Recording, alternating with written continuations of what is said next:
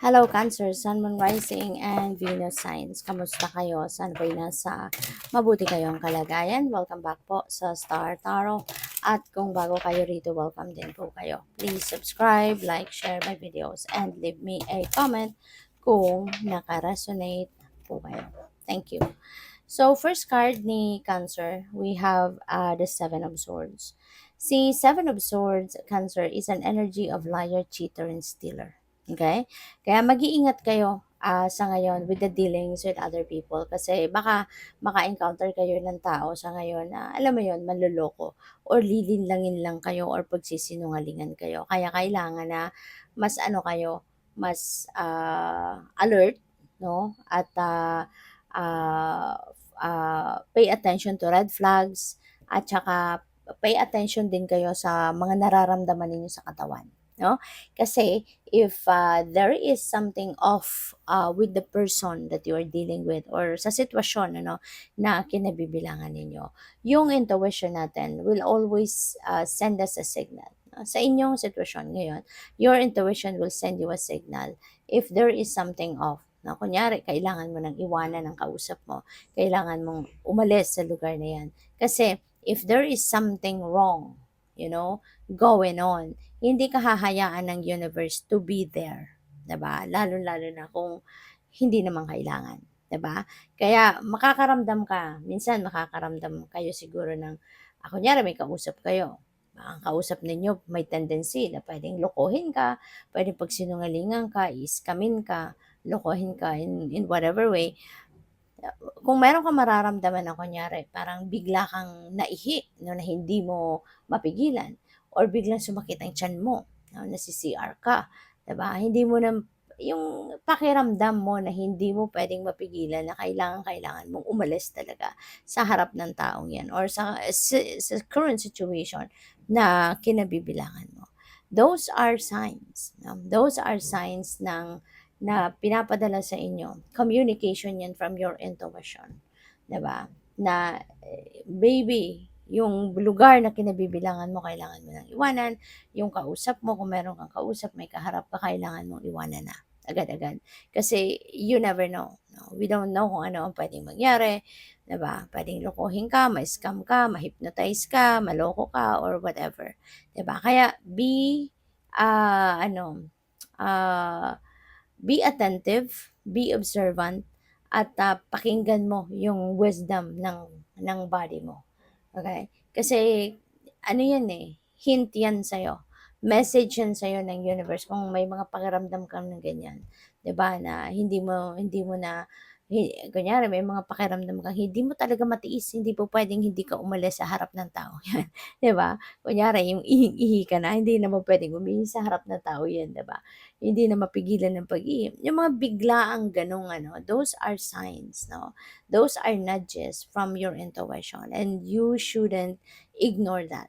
Kasi po pwede, no, na merong importanteng mensahe yan para sa'yo. No? Yung pwedeng kailangan mo nang umalis sa harap ng kung sino man. So, we have the Five of Swords in reverse. So, maganda to. No? Maganda to kasi kung dati meron kayong hindi pagkakaintindihan with another person, kung meron kayong kaaway, meron kayong nakasagutan, meron kayong nakaalitan, something like that. Ano to?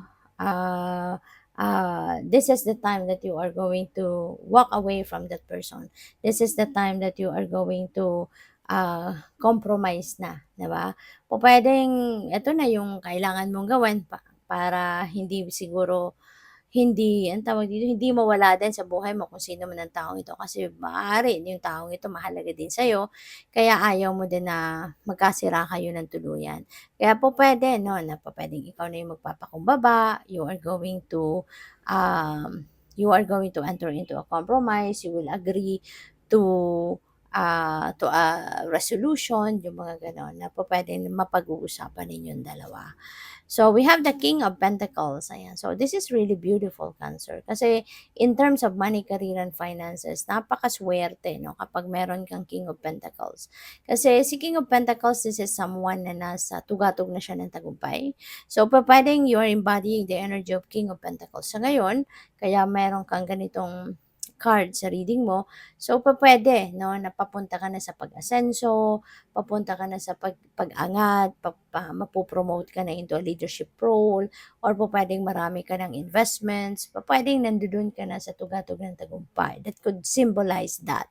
Or kung hindi man, pupuwedeng you are on the way to the seat of King of Pentacles. Pupuwedeng you are working so hard sa ngayon para marating mo ang trono na katulad ng kay King of Pentacles.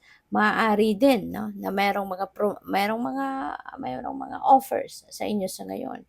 For some of you, 'di ba? Pupuwede na merong magkakaroon ng offer dito, lucrative offer, na maaaring ito yung kunyari posisyon sa trabaho na talagang magpapayaman sa'yo, or business, partnership, 'di ba, na talagang ito yung makakatulong sa'yong umalago ng bonggang-bongga sa negosyo, yung mga gano'n ba. So, this is your chance, or this is an opportunity for you 'no, na makaupo sa trono na katulad ng kay King of Pentacles, na maano ka na, maluwag na ang pamumuhay, may pera, wala ka nang aalalahanin pagdating sa pera kasi very successful na.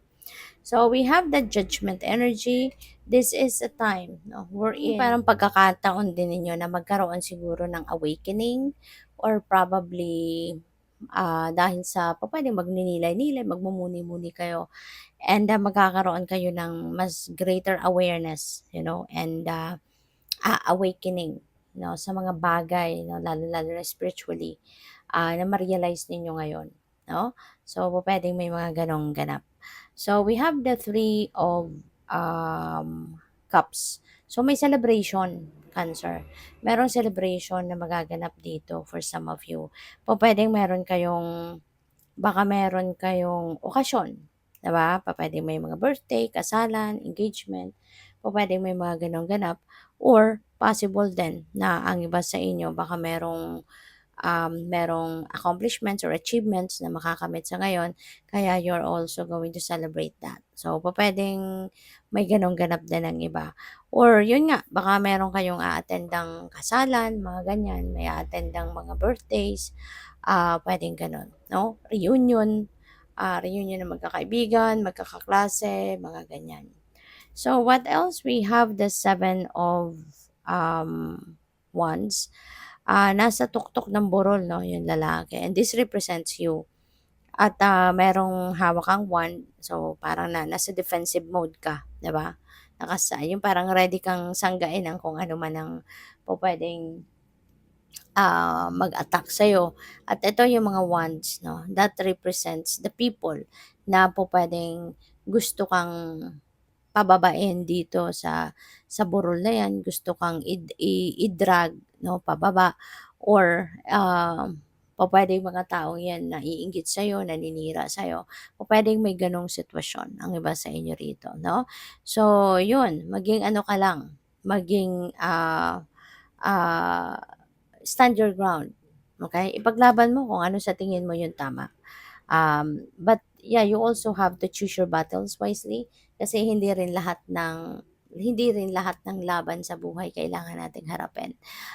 May mga pagkakataon na kailangan nating iwasan na lang, may mga pagkakataon na dedmahin na lang natin 'no, depende sa kung anong ginagawa or sinasabi ng mga tao sa paligid natin. Kasi minsan nonsense, 'di ba? So, 'wag na nating patulan kung 'yan ay nonsense. Kung wala namang konkretong dahilan para harapin mo, 'wag mo nang sayangin yung oras mo, yung yung, 'wag mo nang sayangin yung oras mo, 'wag mo nang sayangin yung effort mo, yung energy mo, 'di ba? So, hayaan na lang. Pero yeah, stand your ground, stand for what you believe in, at kung ano yung sa tingin mo yung tama, ipaglaban mo, 'di ba? Kung ano sa tingin mo yung nararapat mong gawin para, ah ah, iparamdam sa kanila, ipamukha sa kanila na ikaw ang tama, then do it, 'di ba? Kasi kung talagang mali sila, yung gano'n. So, good luck. Thank you for watching. Love and light. Namaste.